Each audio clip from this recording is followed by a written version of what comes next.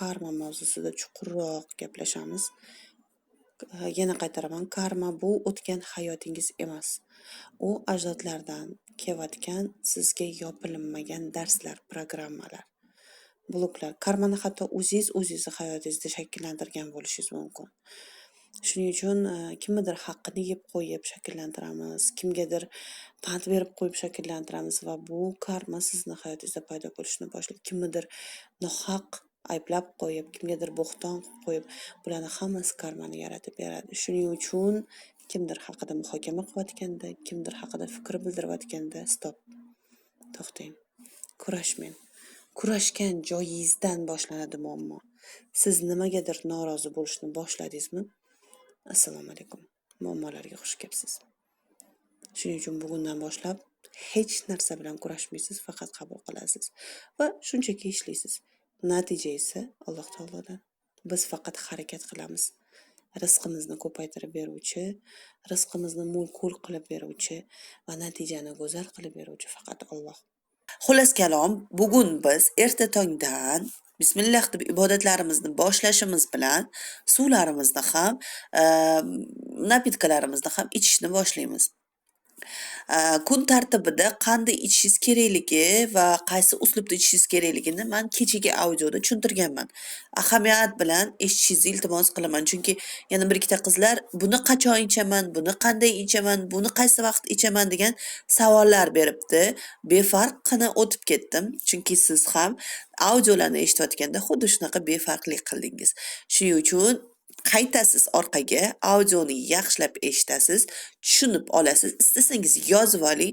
Iloji boricha o'zi har bir audioni yozib olsangiz, o'zingiz ongingizga programma, dastur bo'lib joylashi osonroq bo'ladi. Shuning uchun har doim o'quvchilarga konspekt qilinglar. Bu nafaqat sizni xayollaringiz, balki ong ostingizga ham joylashadi bu programmalar va sizni hayotingiz tarziga aylanishga, hayotingiz yo'liga kirib kelishga osonlashadi va tayyor dastur sifatida siz foydalana olasiz shunda deb tavsiya qilaman. Qizlarjonlar, hop, suvingizni ichdingiz, kun tartibidagi qilishingiz kerak bo'lgan vazifalarni qildingiz. Endi kecha biz siz bilan butun ajdodni formulasini chizib chiqdik. Kim kimga ulangan, kimda qanday ulangan. Shunday savollar bo'ldi. Otamning otasini boshqa farzandlar bor. Ya'ni meni onamdan emas, boshqa bir onadan yana farzandlari bor yoki otam bilan onamni turmushidan oldin, to есть buvi va bobomni turmushidan oldin birinchi xotinidan ham bolalari bor edi va meni buvimdan ham bolalari bor, lekin buvimni ham birinchi ro'zg'ori bo'lgan edi. Shunaqa savollar ko'p bo'ldi. Go'zallarim, bobongizni biologik otasi yoki otangizni biologik otasini farzandlari ularga qondosh hisoblanadi. Ya'ni bitta DNK ulab tursa ham, ya'ni sizni amakilaringiz o'gay qaysi ma'noda adangizdan yuqori bo'lgan amakilaringiz ona bir, ota boshqa, amakingizdan adangizdan pastdagilar misol uchunda ota bir, ona boshqa deylik. Shunaqa vaziyatlarda ham siz ularni otangizni qondoshlari sifatida qo'shasiz. Chunki onadan o'tayotgan DNK yoki otadan o'tayotgan DNK ularni qondosh qilib qo'yadi. Ya'ni qarindoshsiz degani. Sizni ajdodingizdan degani. Shuning uchun ularni ajrata olmaysiz. Endi agar boshqa ota va boshqa onadan bo'lib, keyinchalik bular bitta oilada, begona insonlar bitta oilada, masalan, 41-yillarda juda ham urf bo'lgan, urf emas, o'zi insonlar ko'pi yetim bolalar asrab olishgan. Urush davri bo'lgan va mana shu paytda boshqa ota, boshqa onani farzandlari bilan ham boshqa ota, boshqa onani farzandlari birga yashashi to'g'ri kelgan. Chunki urush davri, hamma och qolibdi, o'zbeklar ko'p farzandlarni o'zini qaramog'iga olishni boshlagan. Mana shu paytdagi, mana shu jarayon, ya'ni otasi ham boshqa, onasi ham boshqa, hech qanday DNK ularni birlashtirmaydi, faqat mehr-oqibat, sevgi, oila birlashtiryapti deylik. Ya'ni qurilgan oila. soxta uslubda bo'lsa ham oilalashgan vaziyat ularni bog'layaptimi, bularni siz ajdodim yoki amakim deb aytolmaysiz. Ha, tutingan amakingiz, ha, juda qadrdonsiz, hayot sizni birlashtirib qo'ydi. Lekin ularda DNKngiz yo'q. Shuning uchun bu mavzuni yaxshiroq tushuntirib berishni xohladim. Tushunarli bo'ldi degan umiddaman. Bu mavzuga qaytmaymiz degan umiddaman. Endi siz chizgan ajdodlaringiz, ya'ni xolalaringiz, ammalaringiz, buvilaringiz, buvingiz buvilari va hokazo sizni ajdodingizdagi qaysidir insonning hayotini yashab berayotganingizni angladingiz. Kechani o'zidayoq, ya'ni sizni suratingizga qarab turib xarakteristika sizdagi programmalarni o'zini aytganimdayoq siz tushundingiz. Keyin yana bir savol bo'ldi mani lichkamda, qizlarjonlar. Bu folbinlik emas, bu ilm. Ya'ni ilm qaysi ma'noda sizni yuz chirtalaringizga qarab, sizdagi holatlarga qarab va biz ilm olayotganda yuzni ko'rinishi, yuzni tuzilishi, insonni o'zini aurasi, o'zini tutishi, hayotda bo'layotgan voqea hodisalarini o'zida diagnostika qila olamiz. Qanday xuddiki mana jigari og'riyotgan insonni yuzi qorayishni boshlaydi, jigar sirrozi bo'lgan insonni. Vrach bo'lgan inson uni bitta ko'radi-da, sizda jigar sirrozi bor deydi. Yoki bo'lmasam sariq kasal bo'lgan insonlarda ularni yuzlari sarg'ayishni boshlaydi. To'g'rimi? Yuzlari sarg'ayishni boshlaydi va bitta ko'rib, vrach ko'zidagi sariqlikni, yuzidagi sariqlikni, holsizlikni ko'radida, bu inson sariq kasalligi bilan nima deydi, kasallanyapti deb bemalol tashxis qo'ya oladi, hattoki tekshiruvlarsiz. Nimaga? Unda belgilar bor. Xuddi shunaqa sizni hayot vaziyatingizda ham belgilar bor, psixolog bitta ko'rib ayta oladigan. Bu folbinlik yoki nima deydi, his qilishim orqali deganimda aynan o'sha bilimlarga asoslanib sizdagi voqea hodisalarni birlashtirgan holda siz haqingizda ma'lumot berdim. O'z-o'zidan bermadim. To'g'ri, bu yerda qalb ishlashi kerak. Qalbsiz hech narsa qila olmaymiz. Alloh taolo qalbingizga soladi, yechimini beradi. Qanday yo'ldan chiqish, qaysi yo'ldan yurganda tezroq chiqib ketish vaziyatini siz bilimingizga asoslanasiz, lekin Alloh sizni qalbingizga hissiyotni, javobni ko'proq beradi, unga men suyanaman. Shuning uchun bu energiyasiga kirish, mani uzoqda turib qandoq his qildi, bu qanaqadir nima deydi, makrmi degan savollardan yiroqroq bo'lsanglar bo'ladi. Men muslimaman. Men sehr yoki bo'lmasam umuman kabala kitoblarida bo'lyapti, psixologiyada kabala kitoblari asosida sehrlarni o'rgatayotgan, kartalar orqali ong osti bloklarni aniqlash yo'llar, lekin men u yo'nalishdan uzoqroqman. Men shariat ruxsat bergan ilm asosidagina ish faoliyatimni yuritaman. Shuning uchun ham angellar nima hozir nomi ham даже esimga chiqib qoldi. Angellar, yana nimadirlar, farishtalar, tronli farishtalar bilan ishlamayman. Chunki men bilaman, ular jinkashlik. Ya'ni jinlar bilan ishlash holati, lekin ular ishlayotgan inson hech qachon men jin bilan ishlamayman deb o'ylamaydi. Ularga ham hattoki biz farishtalarimiz deb ma'lumot beriladi. Buni men dinga yaqinroq bo'lganimdan keyin, diniy bilimlarni olganimdan keyin, dindagi ustozlarimdan so'rab bilganimdan keyin o'zim aniqlaganman. То есть o'zim aniqlaganman, juda xunuk eshitilsa kerak. То есть angladim, что ha, demak bular jinkashlik bilan shug'ullanayotganini.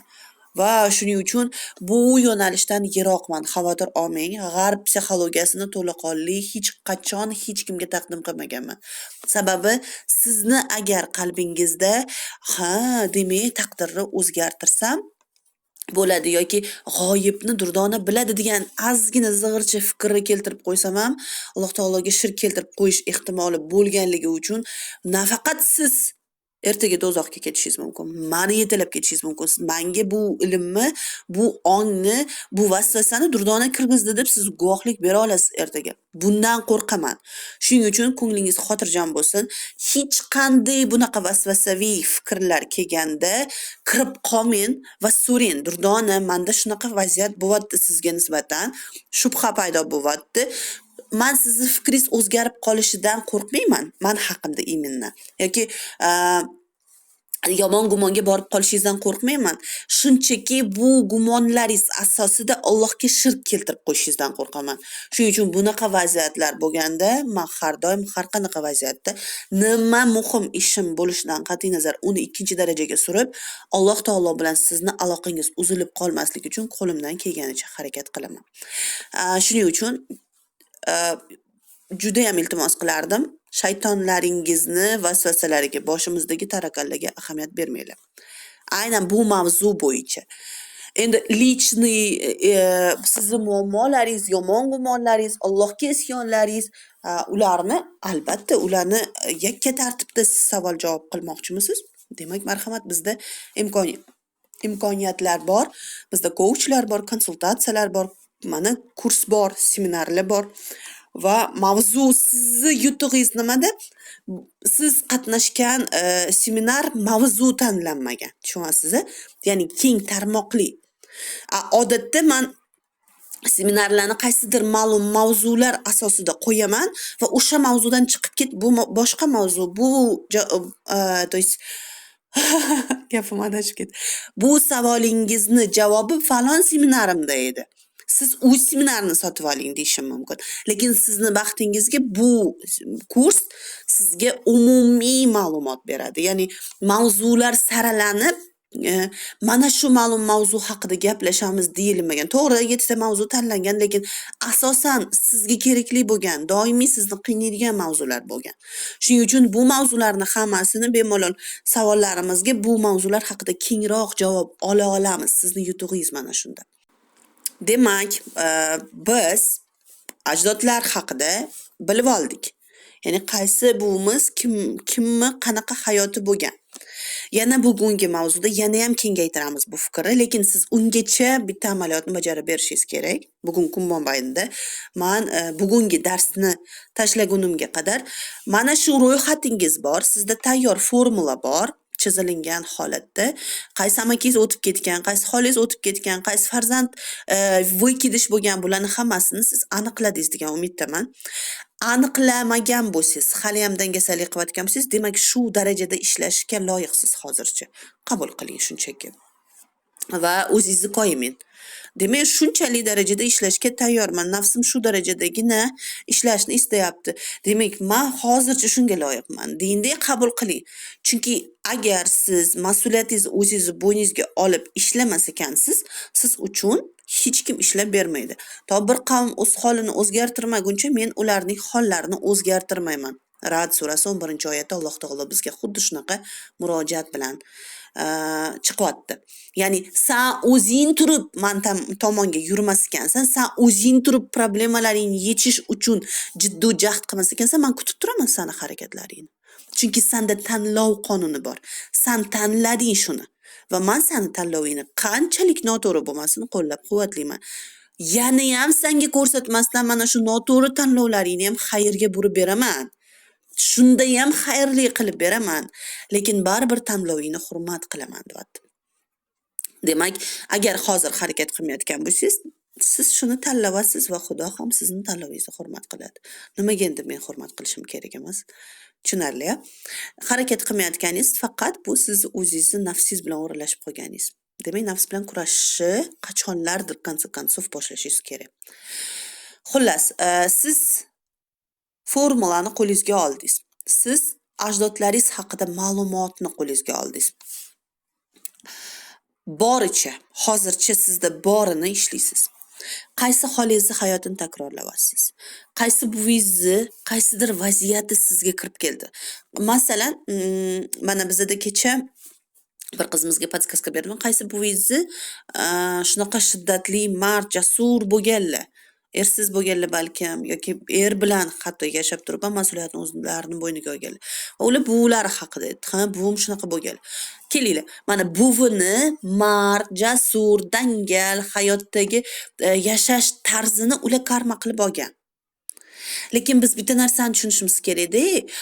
U buvi ersiz edi. Bunga hayot o'sha buviga shu kuchni bergandi. Lekin buvi man ersizman, man ojizalik bilan ham yecha olaman degan ongda bo'lmagan. Bizdan mudri bo'lishgan ular. Lekin aynan mana shu karmani yopib keta olmagani uchun navaraga bu karma o'tvatdi. Bu yomon ham emas, yaxshi ham emas. Bu shunchaki qabul qilishimiz kerak bo'lgan jarayon va biz bu bilan ishlaganimizda yechimini topib chiqib keta olamiz. Ya'ni yechimsiz berilmaydi hech qanday vaziyat.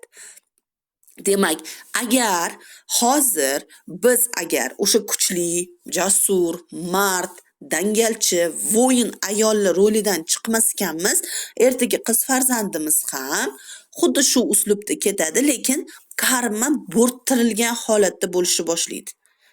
Mana buvida более normalni bo'lganda, chunki eri yo'q edi. Ikkinchi avlodga karma surilayotganda ko'tarilindi. Ya'ni bularda turmush o'rtoq bor, o'g'il farzandlar bor, oilada erkaklar bor, lekin bular mardlik, jasurlik hali ham qo'lidan qo'yib yuborishni xohlamayapti. Endi 3-chi avlodga o'tayotganda bundan ham bo'rttirilgan vaziyat bo'lishi mumkin. Va bo'rttirilgan vaziyatda endi polniy erni boshqaruvchi, er esa uyda uy bekasi bo'lib o'tiruvchi holatda darajada bo'lishi mumkin. Va hamma ishni erkak bo'lib, endi 3-chi avlod o'z mas'uliyatini bo'yniga olib, hamma narsani o'zi boshqarishiga to'g'ri kelib qolishi mumkin. Shuning uchun ham karmani joyida yopish, kuchsizligida yopish, u shoxlab ketmasdan oldin yopish juda muhim. Demak, yopish mumkin. Mana shu narsani yana qaytaraman. Yopish mumkin qizlar. Agar sizlar yopish mumkin bo'lmaganda sizlarga bu karma berilinmasdi. Ya'ni toqatingizdan ortiq hech narsa berilinmaydi. Alloh taolo, voy, cho'chib ketdim.